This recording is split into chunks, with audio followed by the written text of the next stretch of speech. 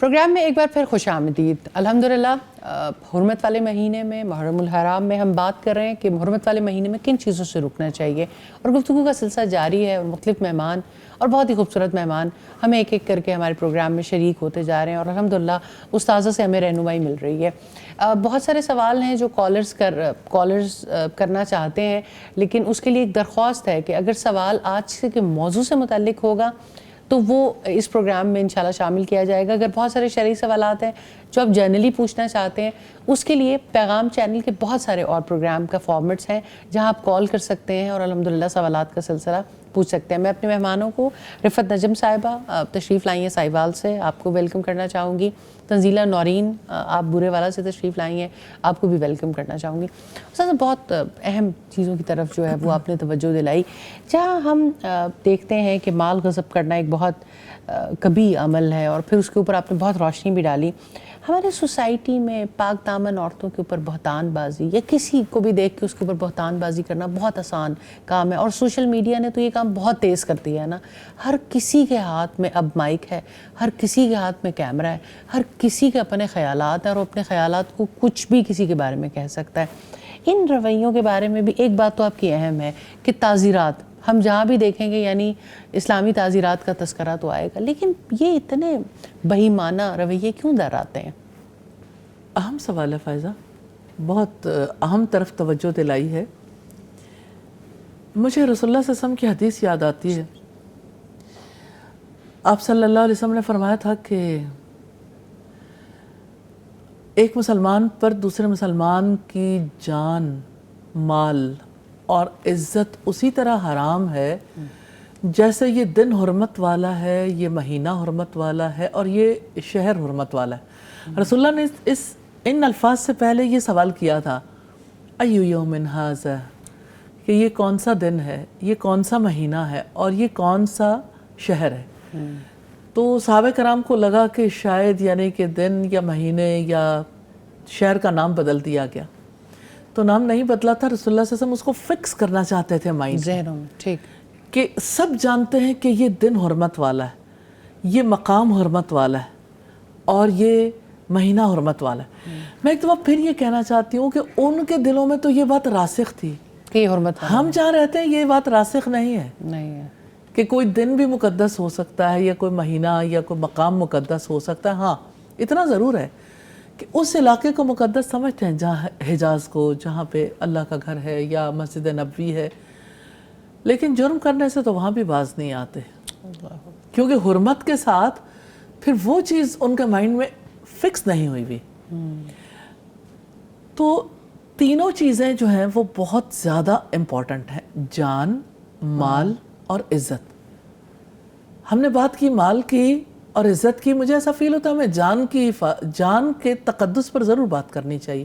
ہم ایک ایسی سوسائٹی میں رہتے ہیں جہاں پر ایک جو انسان کی جان ہے نا، اس کی وہ قدر و قیمت نہیں ہے۔ لوگ یعنی اتنی بڑی تعداد میں لوگ قتل ہو جاتے ہیں، لوگوں کا قتل کرنا آسان، اس قتل سے جان چھڑانا آسان۔ پھر آپ یہ دیکھیں کہ انسانی جانوں کی قدر و قیمت کے حوالے سے یہ بات بڑی امپورٹنٹ ہے کہ یعنی انسان کو کیا مقام دیتے ہیں؟ کسی کا رنگ کالا ہے تو اس کا وہ مقام نہیں جو گورے کا مقام ہے، کسی کا دیس جو ہے وہ ایسا ہے جو تھرڈ ورلڈ کنٹریز میں سے ہے تو اس کا وہ مقام نہیں جو فرسٹ ورلڈ کنٹریز کا ہے۔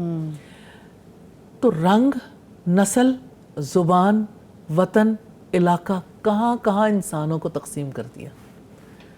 اللہ کے رسول صلی اللہ علیہ وسلم نے فرمایا تھا کہ کسی عربی کو کسی اجمی پر، کسی سیاہ کو کسی سرخ پر، کسی گورے کو کسی کالے پر کوئی اہمیت حاصل نہیں ہے ماں سوائے تقوی کے، ان اکرمکم عند اللہ اتقاکم کہہ کر آپ نے توجہ دلائی کہ بے شک تم میں سب سے زیادہ عزت والا وہ ہے جو سب سے زیادہ متقی ہے. یعنی وہ سارے ٹیبوز توڑ دیے نا، جس کی وجہ سے انسانی جان کی جو حرمت ہے وہ متاثر ہوتی، انسان کی قدر و قیمت متاثر ہوتی. تو آپ اگر دیکھیں تو یعنی دنیا میں کالے کی جان کی وہ قدر و قیمت نہیں ہے، دنیا میں تھرڈ ورلڈ کنٹری کے بندے کی وہ قدر و قیمت نہیں ہے. اور جیسے ہم آج کل دیکھتے ہیں مسلمانوں کی جان کی تو بالکل ہی قدر و قیمت، مسلمانوں کی جان کی قدر و قیمت نہیں ہے. تو پہلے تو ان چیزوں کا یعنی ورلڈ وائڈ ان چیزوں کا تدارک ہونا چاہیے، اور میں سمجھتی ہوں اور لوگوں کو یہ سمجھنا چاہیے کہ یہ چیزیں اس کے اوپر ڈائلاگ ہونے چاہیے. ڈائلاگ یعنی انٹرفیتھ ڈائلاگ ہوتا ہے نا، تاکہ لوگ جو ہیں وہ مذہبی منافرت کا شکار ہیں تو قریب آ جائیں. تو مجھے ایسا فیل ہوتا ہے کہ اس پوائنٹ آف ویو سے بھی ڈائلاگ ہونے چاہیے، ہارمونائز کرنے کے لیے. اور پھر یہ ہے کہ جیسے سیمینارز ہونے چاہیے. جب آپ سوسائٹی کا مائنڈ سیٹ چینج کرنا چاہتے ہو نا، آج میڈیا وار ہے نا، میڈیا کے توسط سے کتنی چیزیں لوگوں کے سامنے رکھی جاتی ہیں، ڈراماز بنتے ہیں. پھر آپ دیکھیں کہ ایک یعنی عورت پر ظلم کو ثابت کرنے کے لیے، دکھانے کے لیے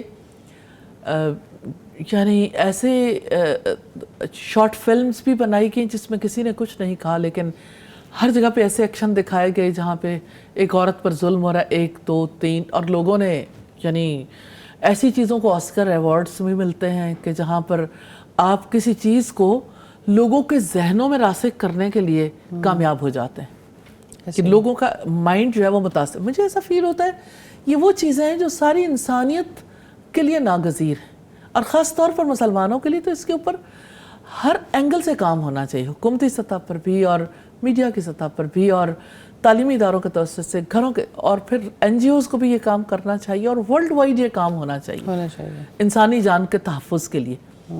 اور پھر یہ کہ ایسے جو قوانین ہیں ان قوانین کا احترام بھی ہونا چاہیے، اور اس کے اوپر ٹاکس ایسی ہونی چاہیے کہ لوگ یعنی ایک دوسرے کی رسپیکٹ، ایک دوسرے کا ریگارڈ کر سکیں، انسانوں کے ساتھ ہمدردی اور انسانوں کے ساتھ یعنی ان کی ضرورت کا خیال کر سکیں. وہ یعنی اب یہ دیکھیں کہ عجیب دور میں ہم رہتے ہیں.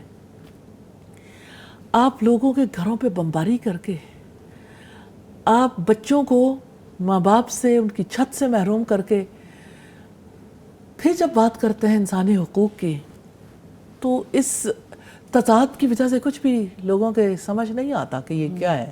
بس استاد ان کے پاس تو جو انسانی حقوق کی بات کرتے ہیں بیک اپ نالج ہی نہیں ہے. جی، جو وزڈم رسول اللہ صلی اللہ علیہ وسلم کی حدیث میں ہمیں ملتا ہے، اور جس طرح سے پیس کو مینٹین کرنے کے لیے مسلمانوں نے اس کو حاصل نہیں کیا. پیس کے لیے وہ لوگ کام کر رہے ہیں جو پیس کے مطلب کو یقینی طور پہ جانتے ہی نہیں، ان کے پاس ایک آفاقی سلوشن نہیں ہے. تو کس طرح سے پیس اکر ہوگا؟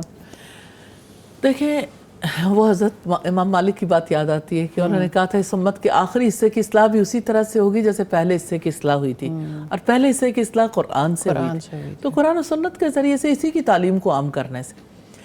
تیسری چیز جس کا آپ نے سوال کیا، عزت کا تحفظ. اب دیکھیں جان کا تحفظ، اگر کوئی یعنی کسی جان کی قدر و قیمت ہوگی تو اس کی عزت کی قدر و قیمت ہوگی نا. آپ کسی کی جان کو پرے کاغ کے برابر وقت نہیں دیتے تو اس کی عزت کیا کریں گے؟ جب آپ کے نزدیک کسی کی جان قابل احترام نہیں ہے تو اس کی عزت کیسے قابل احترام ہوگی؟ آپ اس کے بارے میں کیسے گفتگو کریں گے؟ آپ کسی کی جان کو اس لیے نہیں لے سکتے کہ آپ قانون کے دائرے میں آنے کے لیے تیار نہیں ہیں، کہ آپ اگر کسی کو قتل کر دیں یا کسی کو نقصان پہنچائیں گے تو آپ پکڑے جائیں گے یا آپ کے اوپر کوئی ایسا فیصلہ ہوگا. لیکن عزت کی دھجیاں جیسے اڑائی جاتی، امیج بریکنگ. عزت کا قتل کتنی بڑی بات ہے. انسان صرف تلوار سے یا گولی سے تھوڑی قتل ہوتا ہے. انسان تو زبان سے، سوشل میڈیا کے ذریعے سے قتل و غارت گری کا جو سلسلہ جاری ہے، جس کو امیج بریکنگ، اور یہ چیز تو بہت ہمارے معاشرے میں دار آئی ہے. اتنا سائبر کرائم ہے، اتنا سائبر کرائم کہ آپ یعنی بلنگ، پہلے تو بلنگ ہوتی تھی نا، بچے اسکول جاتے تھے وہاں بلنگ ہوتی تھی. اب تو بلنگ آن لائن ہوتی ہے. آپ کے اپنے ایک نظریات ہیں، کسی دوسرے کے دوسرے نظریات ہیں، کوئی کسی کے نظریات کو سننے کے لیے بھی تیار نہیں. انفارچونیٹ ہے اس میں دینی طبقہ بھی اتنا ہی شامل ہے، کیونکہ اللہ سبحانہ تعالیٰ نے یہ امانت تو ایمان اور اخلاق کی، میں سمجھتی ہوں زندگی کے سارے ہی فیلڈز کی، لیکن خاص طور پر ایمان اور اخلاق کے امانت علماء کے حوالے کی تھی نا کہ آپ اس کا تحفظ کرو گے. بالکل. تو مجھے یہ بتائیے کہ اخلاق کے میدان میں آج ہمارا دیندار طبقہ کہاں نظر آتا ہے؟ تنقید کرنا اپنا حق سمجھتے ہیں، بے جا تنقید اور سر عام تنقید، اس کو جو ہے وہ اصلاح کا نام دے دیا گیا ہے. لیکن سوشل میڈیا کے لیے بھی کوئی قوانین بننے چاہیے سائبر کرائم کو روکنے کے لیے، اور اگر یہ قوانین بنتے ہیں تو لوگوں، مجھے ایسا فیل ہوتا ہے لوگوں کی اصلاح کے لیے یہ بہت مفید ثابت ہوگا، کیونکہ لوگوں کے اندر کم از کم اس کا ڈر ضرور ہوگا کہ آگے پیچھے اور کسی کرائم پر سزا ملے نہ ملے کون گھر تک پہنچتا ہے. لیکن سوشل میڈیا کے توسط سے اگر اس کو کرائم بنا کر اس کی سزا دی گئی تو لوگ ریلی ایک دوسرے کی عزت کا تحفظ کرنے کے لیے مجبور ہو جائیں گے. لیکن میں یہ سمجھتی ہوں کہ اس کو جو ہے وہ بہت زیادہ ہمبلی ریکویسٹ بھی کرنا چاہتی ہوں حکومتی اداروں سے، کریکلم کا حصہ بنائیں، نصاب کا حصہ بنائیں. انسانی جان کی حرمت کو، جب ہم پڑھتے تھے یا تھوڑا سا سکولز ایسے تھے جن کا ویلیو سسٹم بہتر تھا، یہ لفظ مجھے کبھی سمجھ نہیں آیا تھا کہ جی جب اپنے بچے دیکھے اور اس طرح سے دیکھا کہ بلنگ ہوتی ہے. ایک ٹائم ایسا آیا ہم نے یہ ورڈ بہت زیادہ سنا.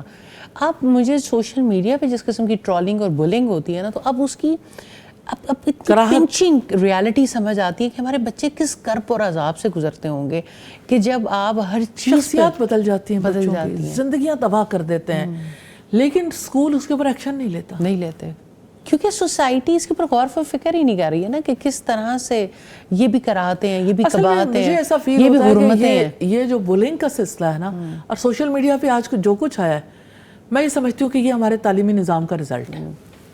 تعلیمی نظام کا رزلٹ ہے کیسے لوگ سامنے آئے، تعلیمی اداروں نے کیا کام کیے، کیونکہ یہ کام تو تعلیمی اداروں نے کرنا تھا. یہ کام تو ہمارے عبادت گاہوں کے توسط سے، ہماری مساجد کے توسط سے ہونا تھا، بالکل ہمارے ممبر سے ہونا تھا. بالکل.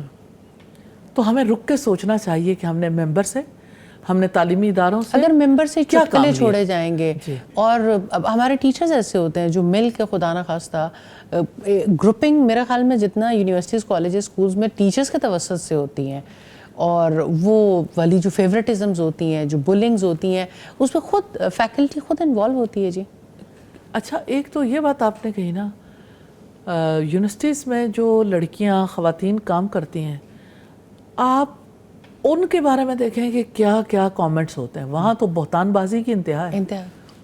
وہاں پہ یعنی آج بھی ہماری سوسائٹی میں یہ کانسیپٹ ہے کہ اگر خاتون گھر سے باہر کام کرنے کے لیے نکلی ہے، یقیناً وہ ایک نیک اور اچھی خاتون نہیں ہے. بینکوں میں کام کرنے والی، سکولز میں کام سکینڈلائز کرتے ہیں اور اس کو اپنا حق سمجھتے ہیں. اسی کو اسلام سمجھتے ہیں، اصلاح سمجھتے ہیں.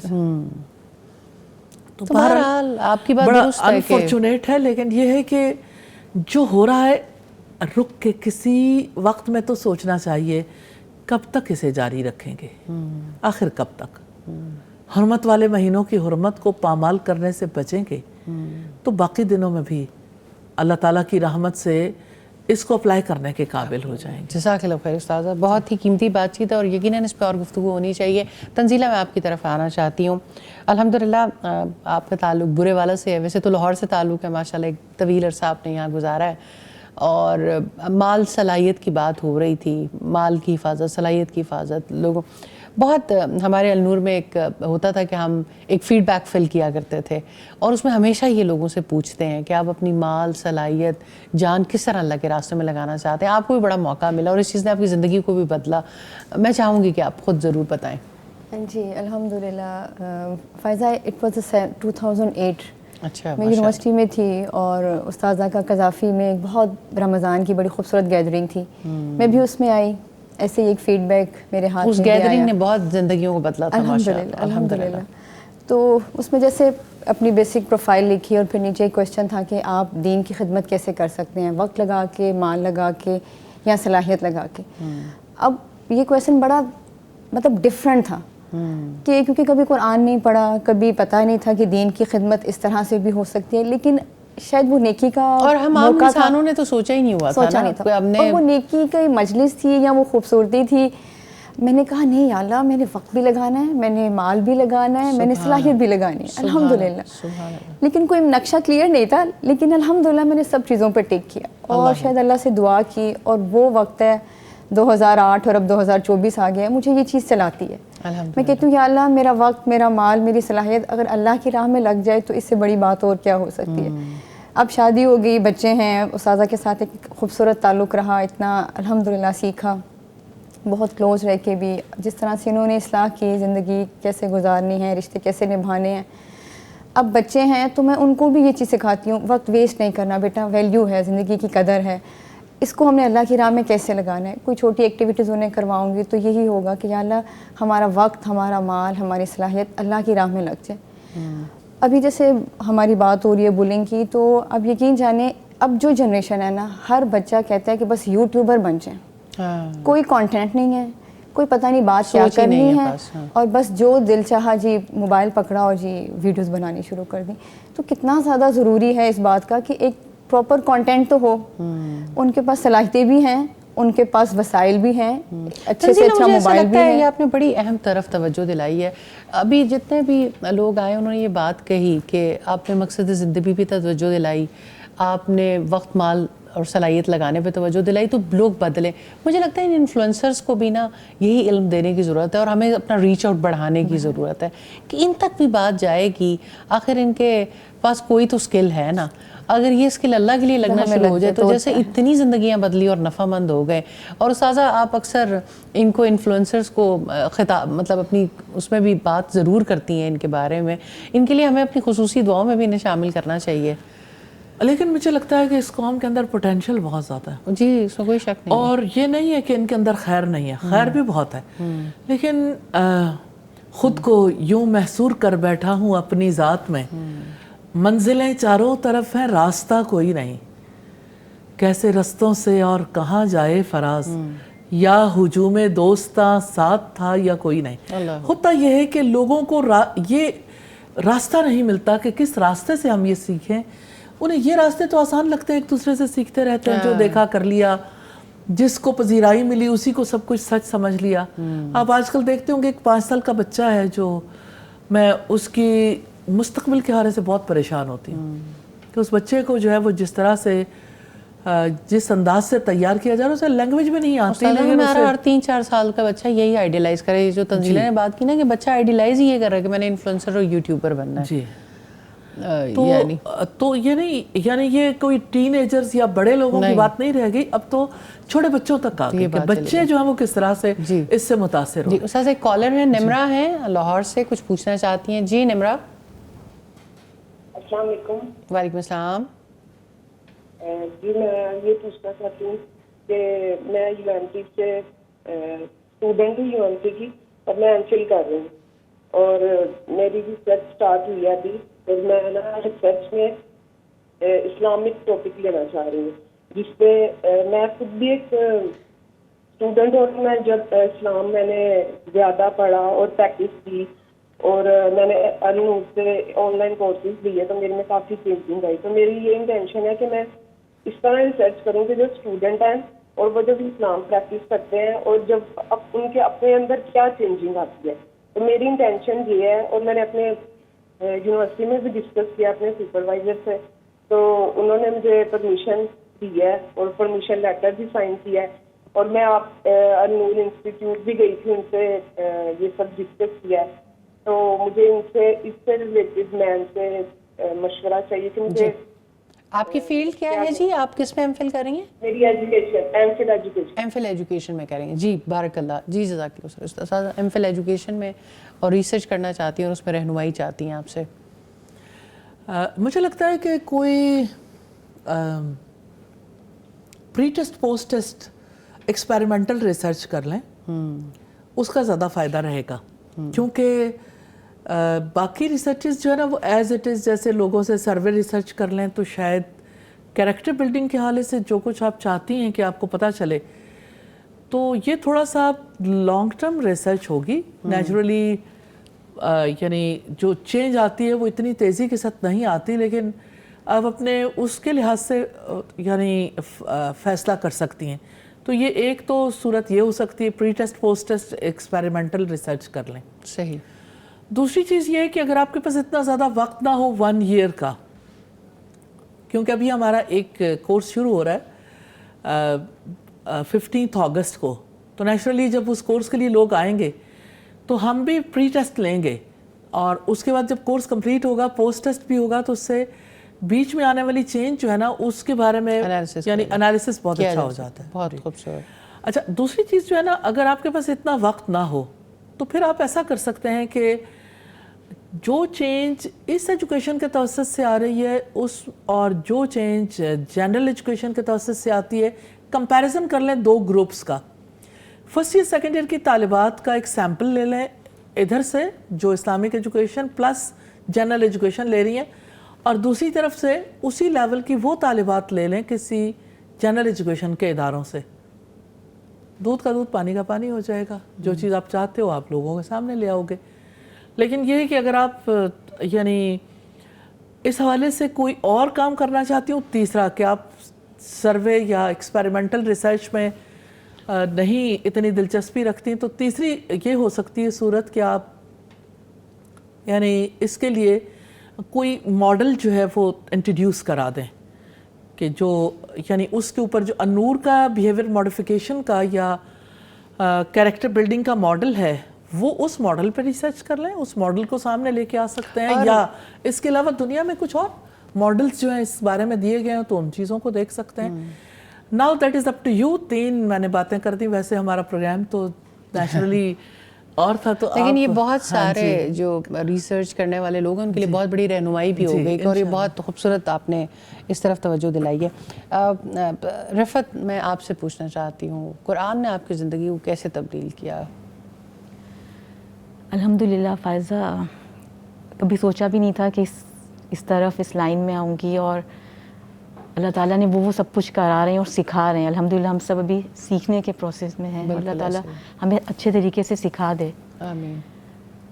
پہلے میں بالکل بھی جیسے پردے کے حوالے سے ہی بات ہوئی تھی کہ پردہ بھی نہیں کرتی, تو کبھی سوچ بھی نہیں سکتی تھی کہ میں ایسا کچھ کر لوں گی.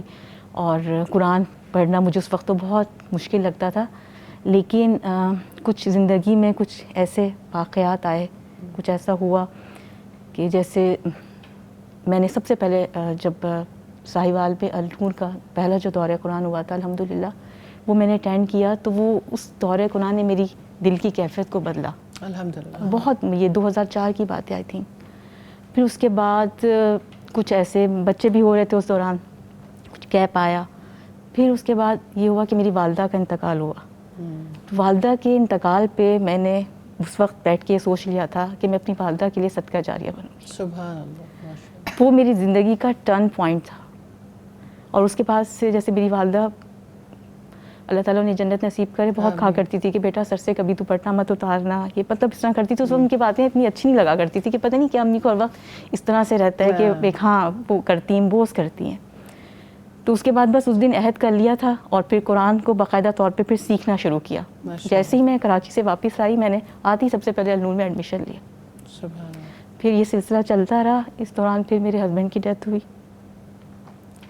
جب ان کی ڈیتھ ہوئی تو میں نے پھر اپنے آپ کو حالت مہلت میں سمجھا کہ میرے پاس ٹائم بہت کم ہے. اس سے پہلے کہ میں بھی وہاں چلی جاؤں کچھ ایسا کر جاؤں, کچھ ایسا کروں جو ہم سب کے لیے صدقہ جاریہ بھی ہو جائے.